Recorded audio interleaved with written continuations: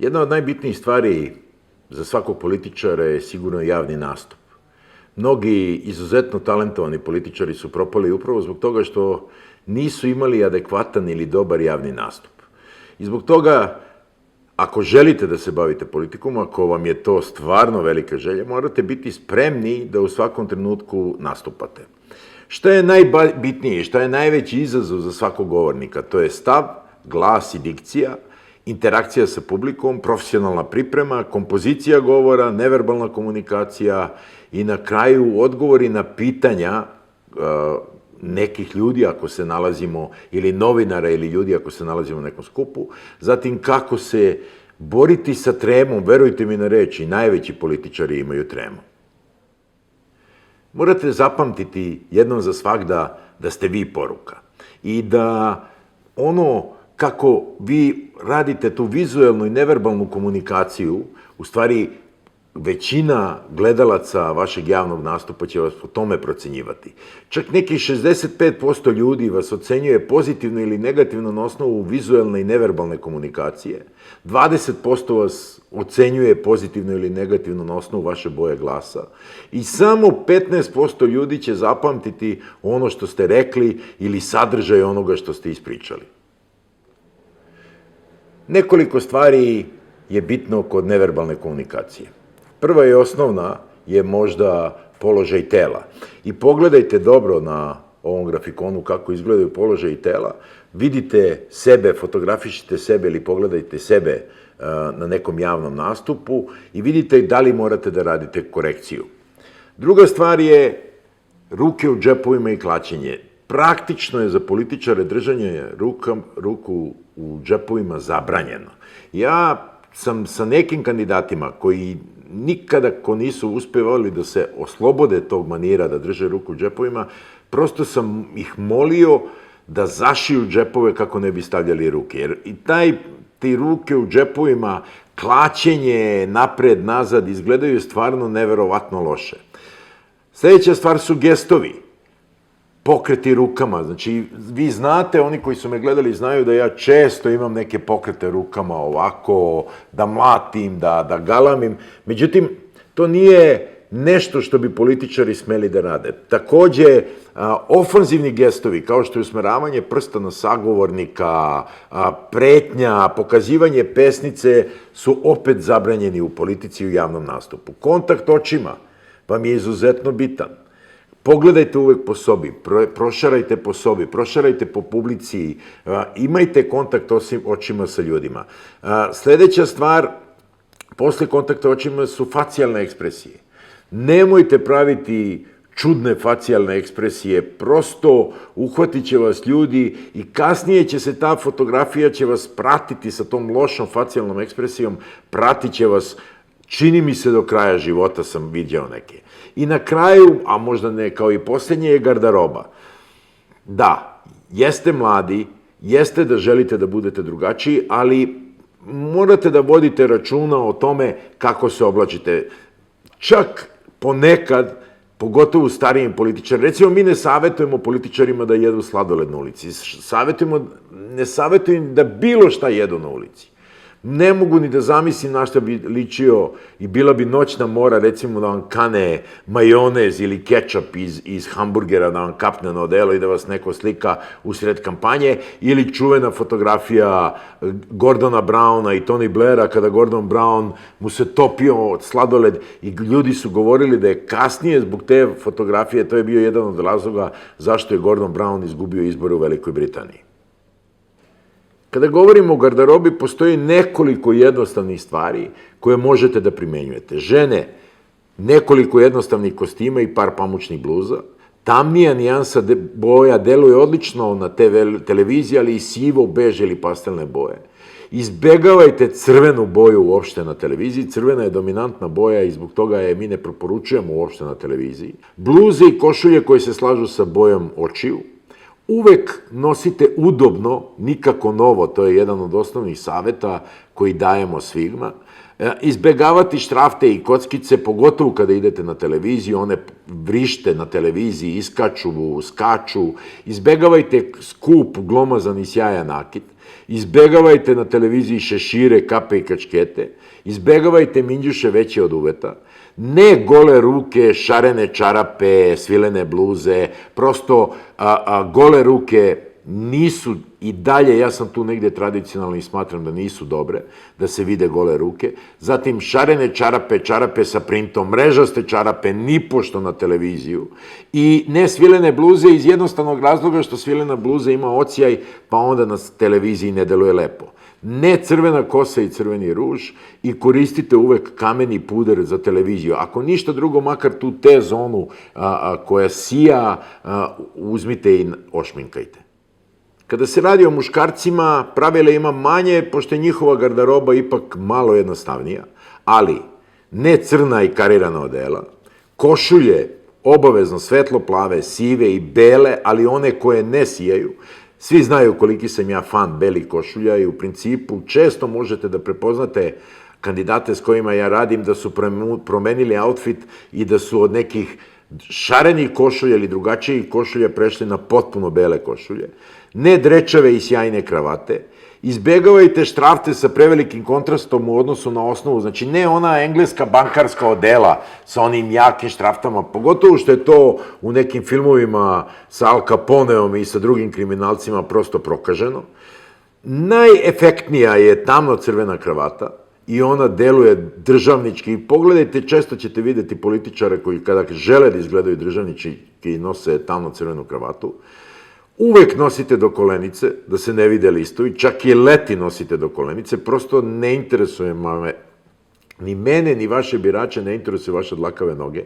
I ne skupi veliki satovi, ne nakit, što manje nakita, što ja se recimo ježim kada vidim onaj prsten pečatnjak na ruci muškarca i nikako mobilni u džepu. Mobilni, ako ikako moguće, ostavite napolju, van studija, ostavite ga negde na stolu nekom, nemojte ga naravno posle zaboraviti, ali nemojte ga nositi sa sobom. Zašto vam ovo kažem? Ovo je jako bitno, pogotovo kada gostujete u živim emisijama.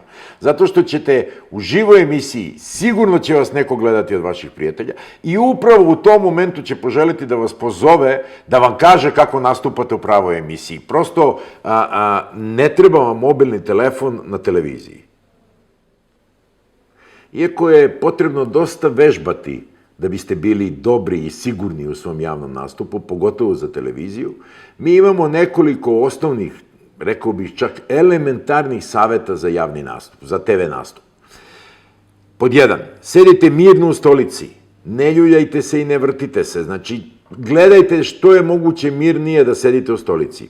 Prekrstite noge, žene u članku, muškarci u kolenu. Kada ste za stolom, proverite sto, to znači proverite da se ne ljulja, proverite da li je sto čvrst. Držite ruke ispred vas, ni previsoko, ni prenisko, znači ovako kako ja u ovom trenutku radim, držim ruke ispred sebe, nipošto nemojte da koristite neke pokrete koje ja koristim na predavanjima, znači ukoliko već morate nešto da pokazujete rukama, taj prostor je ovaj prostor ovde, ta neka kutija. Mi imamo jednu vežbu koju često radimo sa kandidatima, pa stavimo kutiju ispred njih, bukvalno, i kažemo tu da vam stoje ruke i onda ih prosto na taj način istreniramo. Ugasite mobilni, ne treba vam mobilni telefon na TV nastupu. Ne igrajte se olovkom ili ključevima u džepu. Nema ništa gore od ovih koji se igraju s olovkom na TV nastupu i rade ovo. Prosto poludeće gledaoci od vas. Ako morate da imate olovku, onda imajte neku ovakvu olovku, neku koja nema ovaj mehanizam za škljocanje. Nemojte se igrati... Slušajte ovo. Prosto nemojte se igrati ključevima u džepu, pre svega izgleda ružno, pogotovo ako se snima neki stand-up. Gledajte u novinara, nikako u kameru. Gledanje u stranu, kada imate novinara i kameru, gledanje u stranu od novinara može vas predstaviti kao potpuno nepouzdan izbor. Držite uspravno glavu, znači za nijansu uspravnije nego što je normalno. Uvek ako imate profil neki koji više volite od drugog profila, uvek tražite od novinara da vas slika iz tog profila. Ja nisam znao do pojave Instagrama i do pojave toga da su većina na Instagramu i čujete često od žena i od ženskih osoba, nemoj iz tog profila, taj mi ne stoji dobro. Ja sam mislio da smo mi simetrični, da smo jednaki, međutim izgleda da nismo. Jedna od osnovnih stvari koje vam takođe savetujem za TV nastup, šta trebate da uradite pre TV nastup, idite u toalet. Obavezno, kada je dugački TV nastup, pitam svoje kandidate, ako sam sa njima na televiziji, da li si išao u toalet, nema tu nekih velikih i jakih reči, poslednjih reči pred izlazak na TV nastup. Moje poslednje pitanje je da li si bio u toaletu ili da li si bila u toaletu. I na kraju, kao najbitnija moguća stvar, nemojte nikada žvakati žvaku. Zaboravite, ukoliko ste političar, zaboravite na žvakaće gume. Sledeći bitan element je vaš govor. I pre svega morate da vodite računa o tome koje reči upotrebljavate. Mislite na one koji vas slušaju. Da li govorite ono što oni žele da čuju? Druga stvar je, zamislite sebe dok govorite. Možete li to reći jasnije? Da li vas vaša porodica razume? Ukoliko vas vaša porodica razume, razumeće vas i prosječan birač. Ukoliko vas vaša porodica ne razume, jednostavno vas neće razumeti ni vaš birač. Nekada, dok mi ćerka bila mlađa, testirao sam neke poruke na njoj, ali to je bilo do nekih njenih 12-13 godina. I to je otprilike prosječan birač. Prosječan birač, šta god mi ko rekao, se nalazi na nivou deteta od 12-13 godina kada govorimo o informacijama koje prima. Zato vaša poruka mora da bude jasna. Počnite i završite govor snažnom porukom, nekom koja se dugo pamti. Ton kojim ćete govoriti. On zavisi najviše od toga da li govorite sa ili bez mikrofona. Moj osnovni savjet je oko toga je da, pogotovo kada koristite mikrofon, da ne vičete u taj mikrofon. Znači, često se političari zaborave, često nemaju dovoljan feedback, nemaju povratne informacije ukoliko jako se čuju napred i onda prosto žile im iskoče na vratu koliko viče na mikrofonu. Pokušajte da se navežbate, pokušajte da nabavite neki mikrofon i jednostavno vežbajte pred mikrofonom. Zatim, brzina je jako bitna kod svakog govora. Sporo se smatra da je 80 do 90 reči u minutu, prosječno je 100 do 150, a brzo je od 170 do 200 minuta. Ja sam pristalica teorije da je potrebno da je političar mora da govori brže, pa čak i brže od ovih od 170 do 200 reči. Nekako mi se čini da ljudi mnogo više, mnogo skoncentrisanije slušaju onoga koji govori brzo. Na kraju, jačina glasa.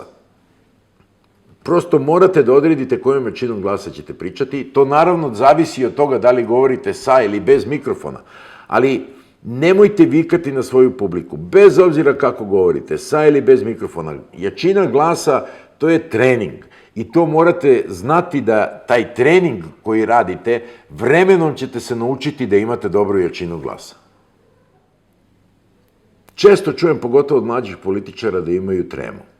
Moj osnovni savjet je fokusirajte se na ono što radite i pripremite se za javni nastup. Kako trebate da se pripremite? Sedite, napišite govor, trenirajte govor, vežbajte, prolazite 1000 puta kroz njega, snimite se mobilnim telefonom ispred ogledala, pogledajte, pa onda ponovo ispravite i onda na kraju fokusirajte se. Postoje razne vežbe, možete ih naći na netu, vežbe disanja kojim ćete smanjiti tremu. Međutim, moj osnovni savjet je da biste 80-90% smanjili tremu, pripremite se dobro i fokusirajte se na svoj nastup. Jedna od stvari koju ne viđam često kod političara na Balkanu je osmeh. Ja smatram da je pozitivna kampanja, pogotovo u ovo doba posle koronavirusa, jako bitna.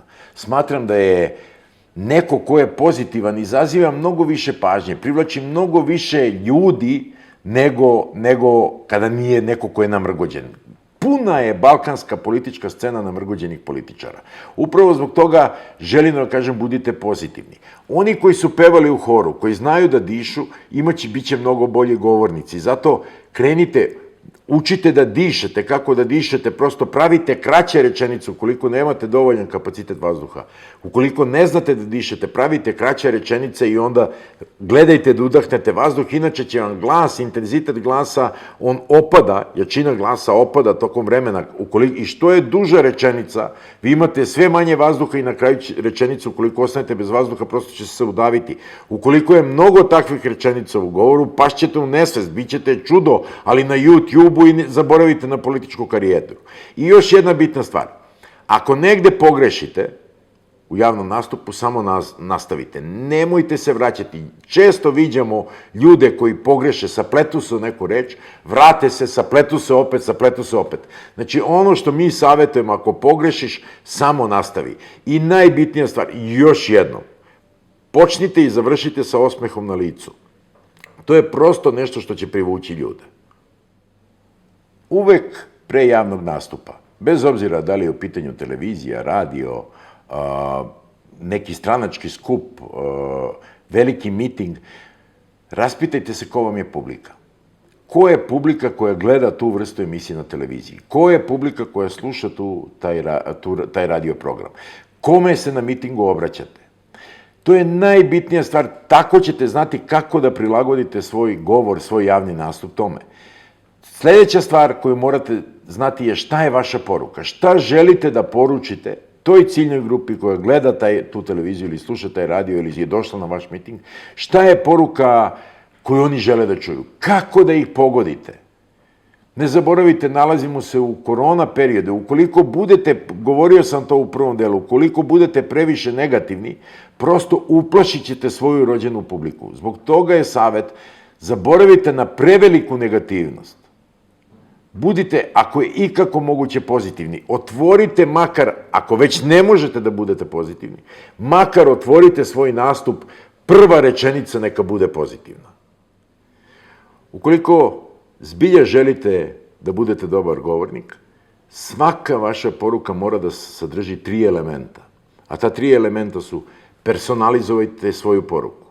Recite nešto o sebi, o svom privatnom životu. Recite, recimo, imam malo dete kod kuće, mislite da mi je bilo lako da ga ostavim, a da dođem na ovaj skup. Ili i moja majka i otac su penzioneri, imaju malu penziju, znam kako vam je. Znači, prosto personalizujte svoju poruku.